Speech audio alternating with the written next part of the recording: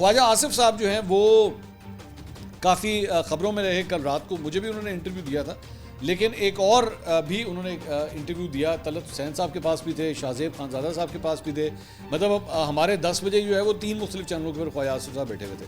تو انہوں نے طلعت حسین صاحب کو ایک انٹرویو میں ایگزیکٹلی جو کوٹ اینڈ کوٹ ان کا جو جملہ تھا, انہوں نے کہا, a war looming on the horizon, a very vivid possibility that we can have war in next 2, 3 or 4 days. کیونکہ اگر 15 دن بعد ہوئی تو مودی کا الیکشن ہو جائے گا, وہاں پر اس نے ووٹ لینے ہیں. یہ خواجہ آصف صاحب نے ایگزیکٹلی یہ بات کی. اب وہ اس کے بعد جو ہے سما نے کیا کیا کہ سما نے جو ہے اس خبر کو چلایا کہ خواجہ آصف صاحب کہہ رہے ہیں اگلے 2-3 دنوں کے اندر جو ہے جنگ ہو جائے گی, جنگ ہو سکتی ہے. انہوں نے ایگزیکٹلی جو لفظ تھا وہ یہ تھا کہ جنگ ہو سکتی ہے.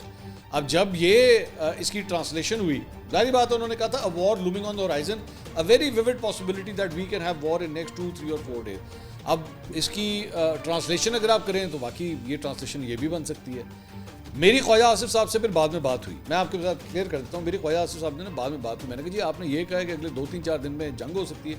انہوں نے کہا کہ میں نے کہا کہ اس کا خطرہ ہے, اس کا خطرہ جو ہے وہ بہت موجود ہے اگلے 2-3-4 دن تک. میرا یہ کہنے کا مقصد تھا, میرا یہ مقصد نہیں تھا کہ جنگ ہو جائے گی. اچھا وہ چونکہ جب ہمارے یہاں پہ چلا, پہلے سما پہ چلا, سما کے بعد دیگر چینلوں کے اوپر بھی چلنا شروع ہو گیا, کیونکہ this is a big statement coming from the defence minister. وہاں سے انڈیا والوں نے بھی اٹھا لیا. اب وہ انڈیا والوں نے پسینے نکل گئے, اوہ یہ پاکستان کا وزیر دفاع کہہ رہے تھے جنگ ہونے لگی ہے 2-3-4 دنوں کے اندر. تو یہ اصل ایکچولی بات تھی. ان کا یہ کہنے کا مقصد تھا کہ جی یہ خطرہ موجود ہے, اگلے 2-3-4 دن تک جو ہے وہ یہ خطرہ موجود ہے. بہرحال آئی ہوپ کہ ایسا نہ ہو. ظاہری بات ہے جنگ کے اوپر جو ہے ہم لوگ میمز بنا تو رہے ہیں, بالکل کر رہے ہیں, لیکن جنگ جو ہے وہ بالآخر پھر ایک جنگ ہی ہے. مطلب اس میں نقصانات بھی ہوتے ہیں, جانی نقصان ہوتے ہیں, مالی نقصان ہوتے ہیں. قومیں بہت پیچھے چلی جاتی ہیں جب جنگیں ہوتی ہیں.